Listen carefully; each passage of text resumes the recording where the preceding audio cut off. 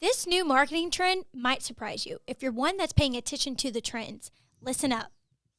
So the world's kind of going backwards a little bit. Direct mail is not dead. No, by no means is it. It's making a comeback. Big time. Even with the younger generation. Yeah. So it's interesting to talk about generational shifts in preferences of marketing methods. Yeah. And I think with direct mail, when people look at it, the way that most, especially small businesses, do direct mail is it's kind of a shotgun approach. We've always had success with personalization, right? So the more relevant you can make that direct mail piece, the more personalization that you have, whether it's using somebody's name, whether it's, an attribute like what kind of mortgage they have, how long they've had the mortgage, or what kind of dining preferences they have.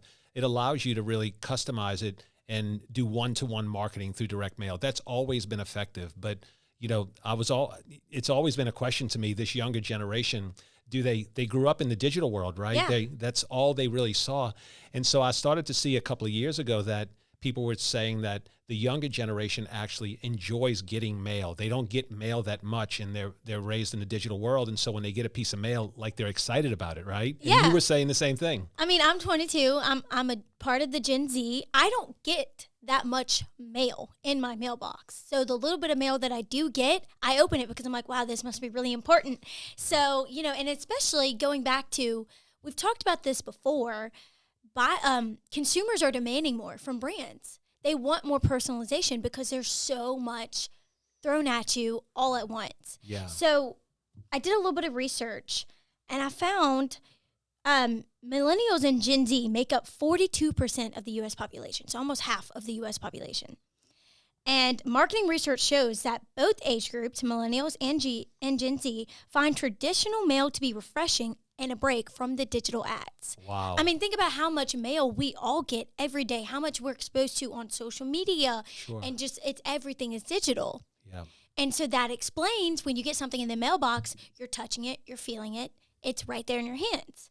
So to back that up even further, one of Neil Patel's blogs called Direct Mail, 13 Reasons Why It Is Not Dead. 73% of people said they prefer direct mail as an advertising method, and 59% of U.S. consumers say they actually enjoy getting mail from brands, especially written or handwritten notes. Yeah, that's what I'm saying. Personalization and that touch, it means something to people. And then you're seeing use cases kind of spreading out. The way direct mail used to work is you'd have a list of people, you'd send out a blast of direct mail, and there wasn't a lot of like analytics and filtering that happened with that. But then even in the e-commerce world, in the digital world, what's happening is e-commerce brands are now integrating this into their workflow, right? So when a customer hits a certain trigger or a certain inflection point or a number of visits, now they have something called drip mail. Just like you can set up a drip email campaign, you can set up a drip direct mail campaign based on certain attributes. So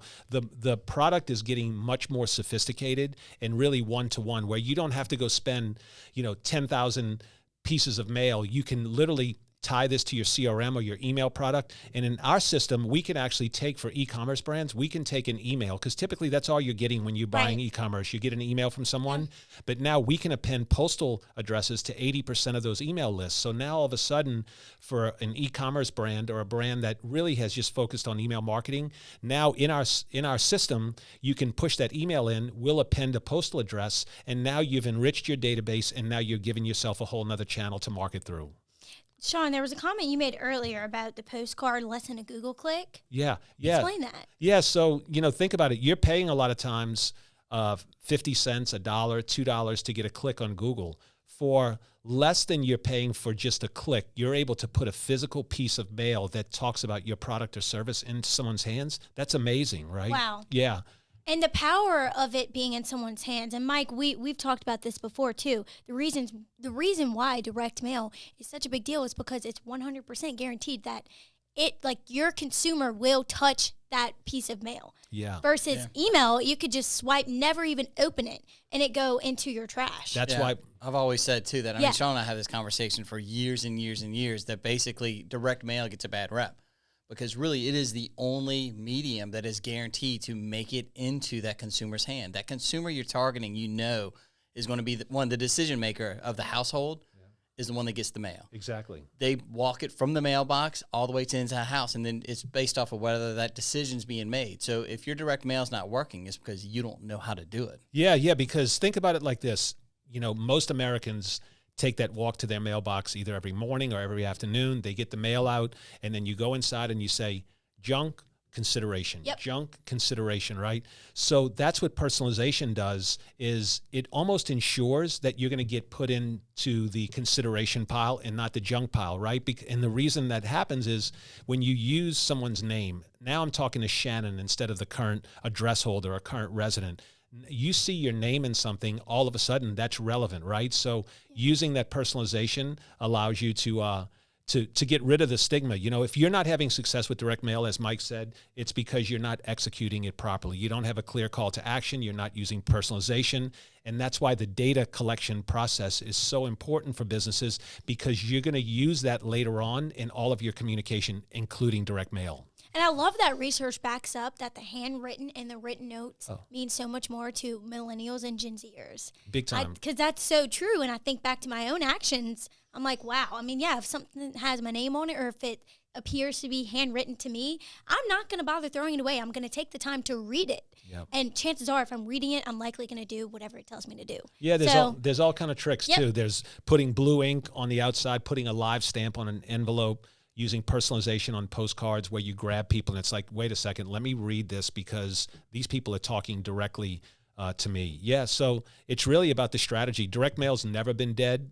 We use it for clients every single day. And typically when we look at our digital offerings compared to direct mail is providing the best cost per acquisition for our clients. And guys, if this is something that you are interested in us talking more about direct mail, how to be better at personalizing your messages and your postcards and stuff like that, go ahead and ask us and we will gladly do more research and come up with another podcast for you.